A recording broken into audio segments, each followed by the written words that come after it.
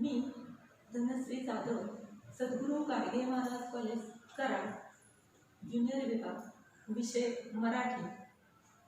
विद्यार्थ्यांनो, आज आपण इयत्ता 12वी मधील युवक भारती या पुस्तकातील कथा साहित्य प्रकार परिचय अभ्यासणार आहोत. या अगोदरच्या भागात आपण कथा म्हणजे काय, कथेची पूर्वपीठिका, कथेचे घटक, त्यामध्ये कथाबीज, कथानक, पात्रचित्रण, वातावरण निर्मिती, नाट्यमयता किंवा संघर्ष, संवाद, भाषाशैली हे घटक अगोदरच्या भागात आपण अभ्यासलेले आहेत. या भागात कथेची वैशिष्ट्ये अभ्यासणार आहोत. मराठी भाषेचे कथादालन खूप समृद्ध झालेले दिसून येते. ते विविधतेने आणि गुणवत्तेने नटलेले आहे. त्यामुळे मराठी कथा ही अनेकविध वैशिष्ट्यांनी परिपूर्ण झालेली आहे. ती वैशिष्ट्ये कोणती ते आज आपण पाहणार आहोत. त्याचं पहिलं वैशिष्ट्य आहे कथा मनोरंजन करते.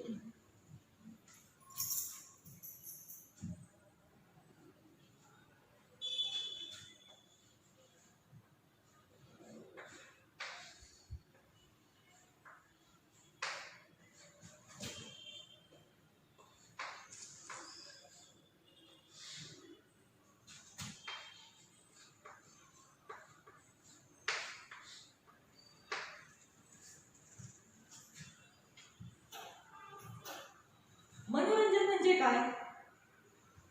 मनाचे रंजन करणारी वृत्ती. रंजन म्हणजे आनंद, म्हणजे मनोरंजन म्हणजे मनाचे रंजन करणारी वृत्ती. मराठी कथा ह्या विलक्षण मनोरंजक आहेत. मराठीत सर्वात जास्त वाचला जाणारा साहित्य प्रकार म्हणजे कथा. मराठी साहित्यामध्ये कादंबरी असेल, नाटक असेल, यामध्ये जे साहित्य प्रकार आहेत मराठीत, यामध्ये कथा ही जास्त करून वाचली जाते. दिवाळी अंकामध्ये तर कथेला मानाचं स्थान दिलेलं दिसून येतं. ते कशामुळं? तर कथेमध्ये असलेल्या मनोरंजकतेमुळे. आबालवृद्ध कथा सांगण्याचा आणि ऐकण्याचा मनमुराद आनंद लुटत असतात. ते कशामुळं? तर कथेमध्ये असलेल्या मनोरंजकतेमुळे. मनाचं रंजन करण्यासाठी किंवा मनोरंजन करण्यासाठी अत्याधुनिक साधनं म्हणजे TV असेल, मोबाईल असेल, ही जी साधनं आहेत ती खूप नंतर उदयास आली. तर पहिला जो मान आहे तो कथेला. कथा ही सर्वांना हवीहवीशी वाटत असते. याचं कारण म्हणजे तिच्या मनोरंजकतेमध्ये दडलेलं दिसून येतं.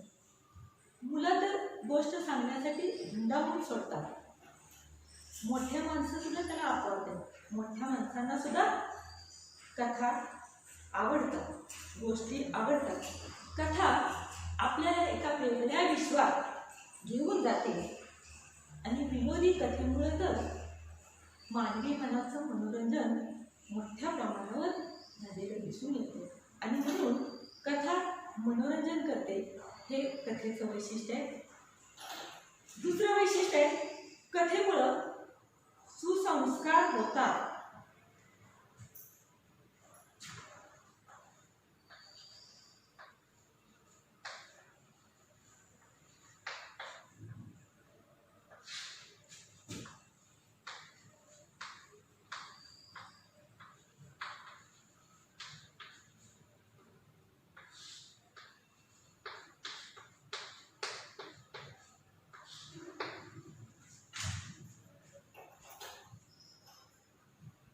कथेमुळे सुसंस्कार होतात. कथेमधून आपल्याला बोध मिळतो. प्रेरणा मिळते, कथेतून संस्कार घडवले जातात आणि मनोरंजकतेप्रमाणे मनावर संस्कार घडवण्याचं काम किंवा संस्कार घडवण्याची जबरदस्त ताकद या कथेमध्ये असते. कथेच्या माध्यमातून मूल्य विचार रुजवता येतात.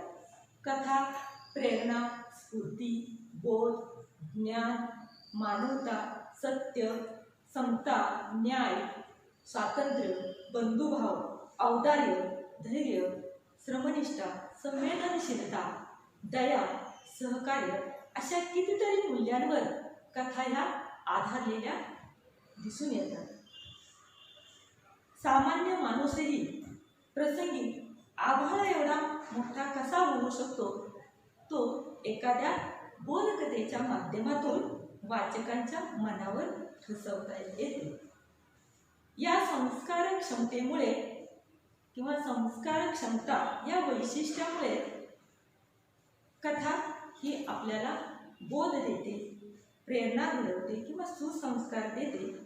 हे कथेचं वैशिष्ट्य आहे. त्याचं पुढचं वैशिष्ट्य आहे, कथा वाचकाची उत्कंठा वाढवते.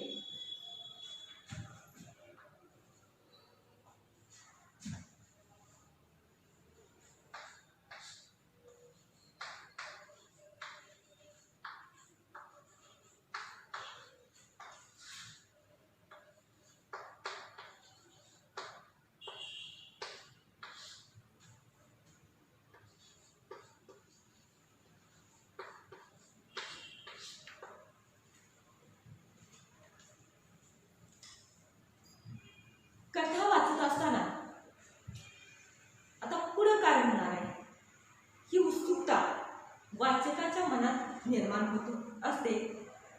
त्याच्या मनात जिज्ञासा जागी करण्याचं काम ही कथा करत असते. कारण कथानक वाचकाला खिळवून ठेवत असते. कथेतील पात्रे आणि प्रसंग यांची गुंफण कौशल्याने केलेली असते. त्यामुळं वाचक त्या कथेमध्ये तल्लीन झालेला दिसून येतो. कथा वाचकाला वर्तमानातून भूतकाळात नेते आणि भूतकाळातून पुन्हा वर्तमान काळात आणते. अशा फ्लॅशबॅक या तर फ्लॅशबॅक म्हणजे काय तर भूतकाळात शिमिते. फ्लॅशबॅक म्हणजे कथा वाचकाला वर्तमानातून भूतकाळात कथा वाचत असताना वर्तमानातून भूतकाळात घेऊन जाते आणि भूतकाळातून पुन्हा वर्तमान काळात घेऊन येते. याला फ्लॅशबॅक असं म्हटलेलं आहे. बघा, आपण सुद्धा कधी कधी लहानपणीचे वाढदिवसाचे वगैरे फोटोचे अल्बम काढून बसलो की आपण सुद्धा वर्तमान काळ विसरतो आणि भूतकाळात तल्लीन होतो. भूतकाळ आठवतो. ते वाढदिवसाचे फोटो पाहत असताना काही वेळ तरी आपण वर्तमान काळ विसरतो. मग त्यावेळेचे मित्र असतील, तो कार्यक्रम वाढदिवसाचा असतील, हे सगळे प्रसंग त्यावेळेचे आठवतात आणि नंतर पुन्हा आपण वर्तमान काळात येतो. म्हणजे फोटोचा अल्बम वगैरे बालपणीचा पाहत असताना असं होतं. तर कथेमध्ये सुद्धा कथाकार वाचकाला वर्तमान काळात भूतकाळात नेतो, भूतकाळातून पुन्हा वर्तमान काळात आणत असतो आणि त्यामुळं या लेखन शैलीमुळे कथा उत्कंठावर्धक होत असते. पाठ्यपुस्तकातील शोध ही कथा. या कथेमध्ये 1 रुपयाची नोट हरवते. मग ती सापडेल का, कुठे सापडेल, ही उत्कंठा वाचकाला लागून राहील. त्या कथेमधील आकस्मिक वळणे, नाट्यमय प्रसंग, कथेचा अनपेक्षित शेवट या सर्वांमुळं कथेची उत्कंठा शेवटपर्यंत टिकून राहिलेली दिसून येते. आता पुढचं जे वैशिष्ट्य आहे ती कथा एककेंद्रीय असते.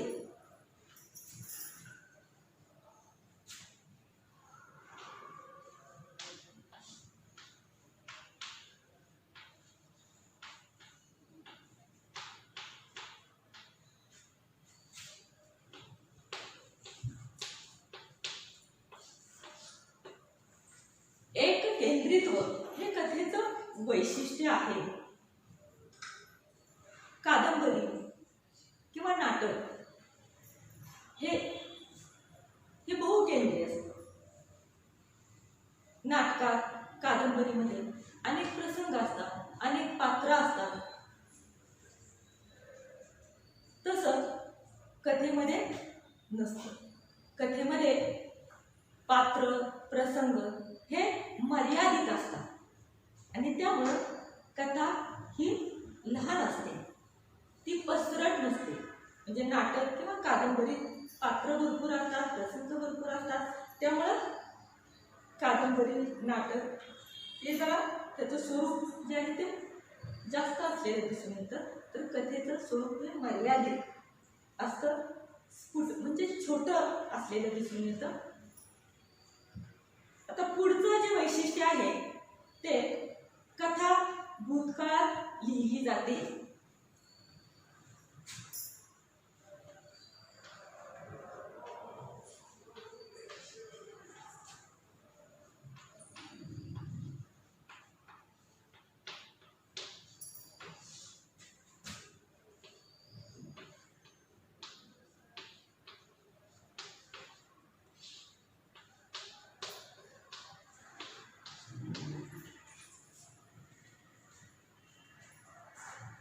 सर्वसाधारणपणे कथा ह्या भूतकाळात लिहिलेल्या जातात. म्हणजे घडून गेलेल्या घटनांविषयीचं निवेदन हे कथेमध्ये असलेलं दिसून येतं.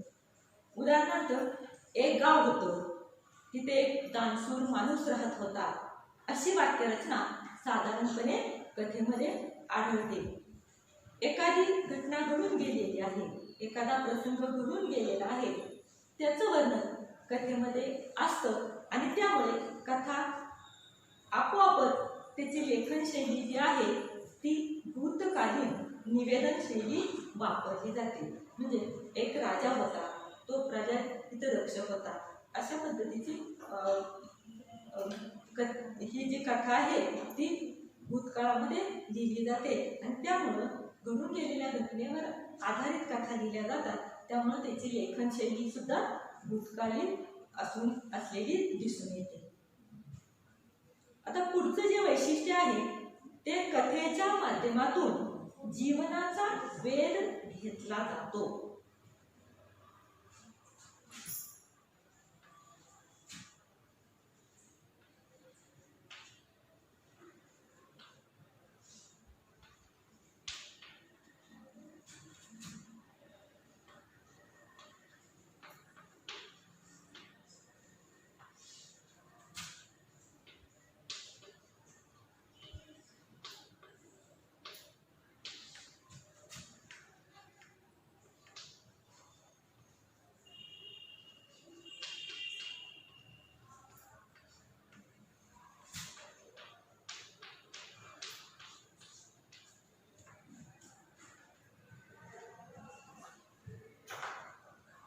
कथा मानवी जीवनाचा वेध घेते, ती जीवनस्पर्शी असते. मग ती कथा कुणाची असते? एखादा टॅक्सी ड्रायव्हर असो, नर्स असो किंवा गावात राहणारा लोकसेवक असो, एखादा शिक्षक असो, अधिकारी असो किंवा शेतकरी असो, त्या प्रत्येकाच्या जीवनातील घटना, भावभावना, वैचारिक उलटापालटीचा वेध घेण्याची ताकद या कथेमध्ये असलेली दिसून येते. कथेला एकही जीवनविषयक विषय वर्ज्य नाही. अनेक विषयांवर कथा ह्या लिहिल्या जातात.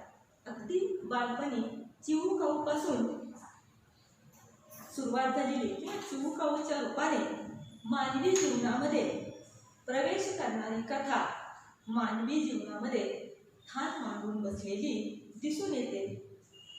ते जीवनाचा वेध घेण्याचं तिच्यामध्ये असणाऱ्या वैशिष्ट्यामुळे. कथेचं पुढचं वैशिष्ट्य आहे श्रवणीयतेमुळे कथेचे सादरीकरण करता येते.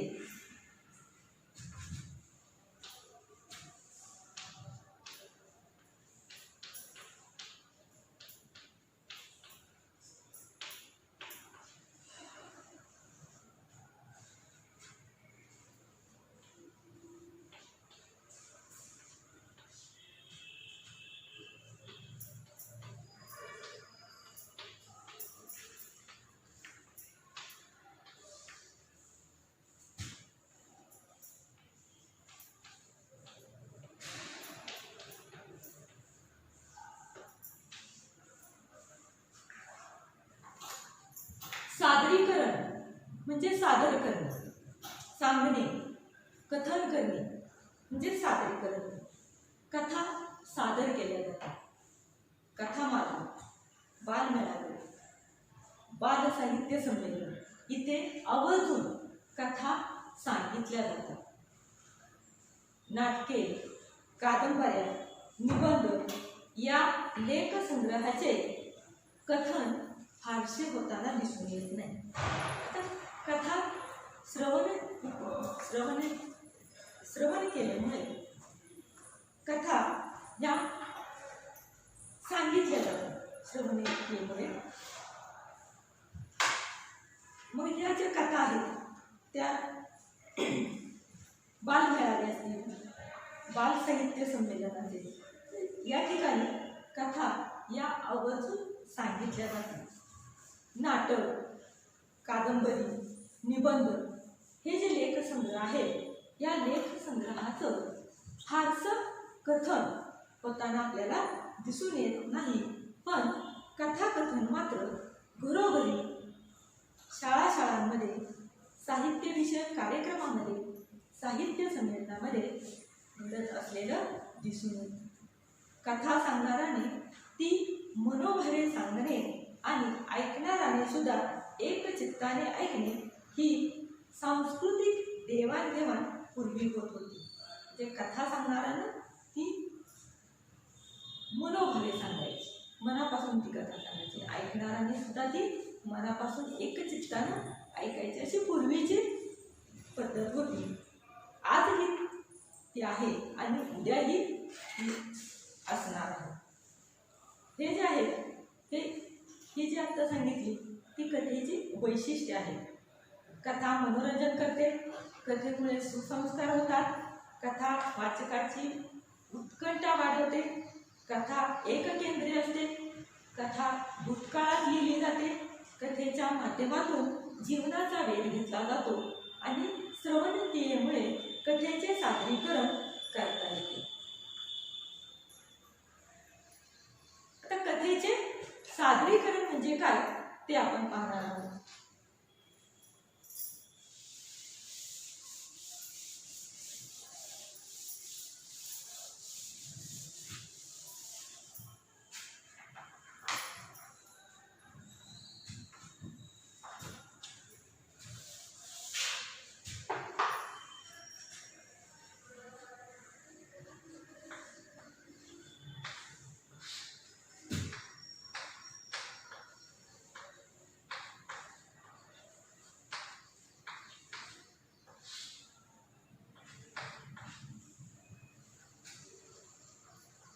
कथेचे सादरीकरण. तर सादरीकरण ही एक कला आहे आणि ती प्रयत्नानं अवगत करून देता येतं. त्यासाठी वेगवेगळ्या प्रकारचे कथांचे मुखवाचन, प्रकट वाचन करण्याचा सराव करून घेतला पाहिजे. विविध कथा लेखकांची लेखनशैली समजून घ्यायचा प्रयत्न केला पाहिजे. भाषेची जाण, शब्दोच्चार, सादरीकरण या कौशल्यामुळे कथाकथनाचे तंत्र अवगत होऊ शकते. म्हणजे सादरीकरण ही कला आहे आणि ती प्रयत्न केल्यानंतर अवगत होते. त्यासाठी विविध कथांचं मुखवाचन केलं पाहिजे, प्रकट वाचन केलं पाहिजे, वेगवेगळ्या लेखकांची लेखनशैली समजून घेतली पाहिजे, भाषेची जाण असणं गरजेचं आहे, स्पष्ट शब्दोच्चार असणं गरजेचं आहे. ही जी कौशल्य आहेत त्या कौशल्यामुळं कथाकथनाचं तंत्र अवगत होऊ शकते. अलीकडच्या काळात कथाकथन क्षेत्रात अनेक व्यावसायिक संधी सुद्धा उपलब्ध झालेल्या आहेत. त्या कथाकथन करणाऱ्यांसाठी व्यावसायिक संधी सुद्धा उपलब्ध झालेल्या आहेत. आकाशवाणी, दूरचित्रवाणी या लोकप्रिय माध्यमामधून कथाकथनाचं सादरीकरण केलं जातं आणि या सादरीकरणामुळं हे कथाकथन लोकांना आकर्षित करत असलेलं दिसून येतं. आता आपण अभिवाचन म्हणजे काय हे अभ्यासणार आहोत.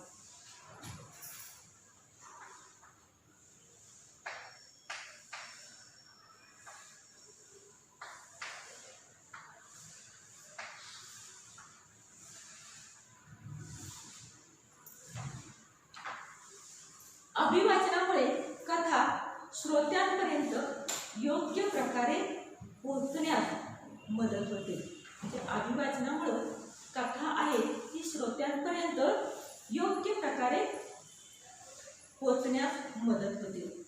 कथेचं अभिवाचन एकाच वेळी जर अनेकांकडून जर केलं तर त्यातील एकसुरीपणा टाळता येतो.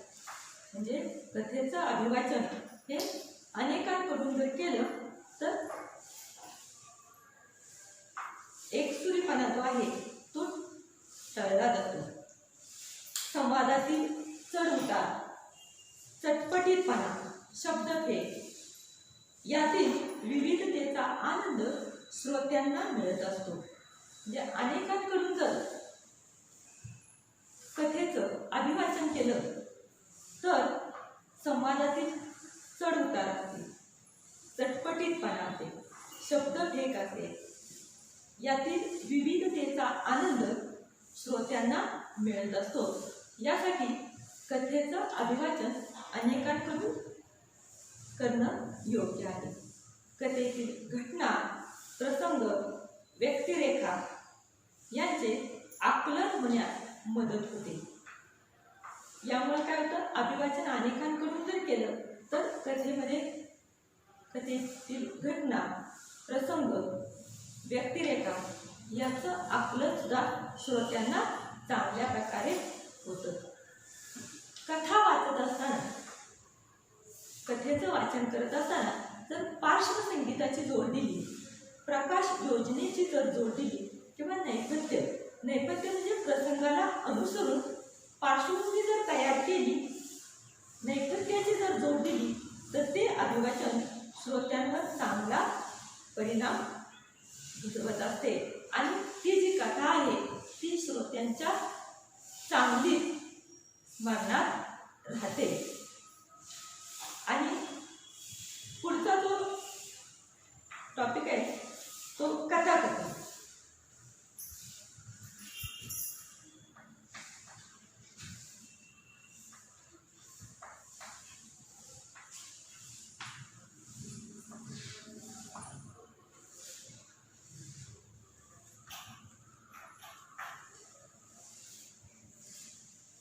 कथाकथन करणाऱ्या व्यक्तीला भाषेच्या ज्ञानाबरोबरच वाचिक अभिनयाची सुद्धा जोड असणं गरजेचं आहे. म्हणजे कथाकथन करणाऱ्या व्यक्तीला भाषिक ज्ञान तर महत्त्वाचं आहे, त्याचबरोबर अभिनय त्याच्याकडं असणं गरजेचं आहे. त्यामुळं अभिनयामुळं आणि भाषेच्या ज्ञानामुळं कथाकथन हे उठावदार होते. कथाकथन करणाऱ्याला शब्दांच्या माध्यमातून पात्रांना जिवंत करायचं असतं. शब्दांच्या माध्यमातून पात्रांना जिवंत करण्याचं कसं त्याला दाखवावं लागतं. कथाकथन करणाऱ्याला, कथाकथन करणाऱ्या व्यक्तीला कथा सादर करायची असल्याने कोणताही लिखित मजकूर हातात नसतो. कथाकथन करणाऱ्या व्यक्तीच्या हातात कोणताही लिखित मजकूर नसतो. कारण का तर शब्दांच्या माध्यमातून त्याला पात्रांना जिवंत करायचं असतं आणि त्यामुळं त्याच्या हातात कोणत्याही प्रकारचा लिखित मजकूर नसतो. श्रोत्यांशी संवाद साधत त्यांचा प्रतिसाद घेत लेखकाच्या मूळ संहितेला धक्का न लावता पण परिणामरित्या ती श्रोत्यांपर्यंत पोहोचवायची असते. म्हणजे लेखकाच्या मूळ संहितेला धक्का न लावता कथाकथन करत असताना ती कथा श्रोत्यांपर्यंत पोहोचवण्याचं काम हे कथाकाराला करावं लागतं. कथेची निवड करणे फार महत्त्वाचे आहे, जबाबदारीचे काम आहे. कथेची निवड करताना फार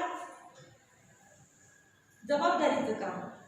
कथा सादरीकरणाचा कालावधी, श्रोत्यांचं अवधान या गोष्टीचं भान सुद्धा सादरीकरणात ठेवणं गरजेचं आहे. म्हणजे सादरीकरणाचा कालावधी, वेळ आणि जे ऐकणारे आहेत श्रोते त्यांचं अवधान, या दोन्ही गोष्टीचं भान सादरीकरण करताना ठेवणं गरजेचं असतं. कथा ही संवादातून फुलत असल्याने शब्दभेद, प्रभावी उच्चारण, स्पष्टता या गोष्टीचा कौशल्यानं वापर करणं गरजेचं आहे. तर समारोप. कथेची जी सुरुवात आहे ती मौखिक परंपरेमधून कथेची सुरुवात झालेली आहे आणि आजही सक्षमपणे ती प्रभावीपणे खळखळत राहिलेली दिसून येते. आजही तितकीच लोकप्रियता या कथेमध्ये असलेली दिसून येते. म्हणजे तिची सुरुवात तरी मौखिक परंपरेतून सुरुवातीची झालेली आहे, पण आजही इतर अनेक मनोरंजनाची साधनं असली तरी ही जी कथा आहे ती कथा वाचकांना खिळवून ठेवण्याचं काम करत आहे. वाचकांना आजही तितकीच आवडते. आजही मनोरंजन, नित्य नूतन अनुभव देण्याची कथेची क्षमता टिकून आहे. या सर्व वैशिष्ट्यामुळे वाचकाला कथा आजही आवडते. काळानुसार कथेचे विषय, आशय, अभिव्यक्ती बदलत गेली. काळानुसार कथेचा विषय असेल, आशय असेल, अभिव्यक्ती बदलत गेली, परंतु समाजाशी आणि संस्कृतीशी ती बांधील असल्याने लोकप्रिय राहिलेली दिसून येते. वाचकाला कथाकथनाचा आनंद साप्ताहिके, मासिके, दिवाळी अंक आणि सामाजिक संपर्क माध्यम यामधून सुद्धा मिळत असतो. भाषा सौंदर्य, आशय सौंदर्य, अभिव्यक्ती, सादरीकरण, मनोरंजन आणि बोध या विशेषामुळे कथा आजही लोकप्रिय ठरली आहे. धन्यवाद.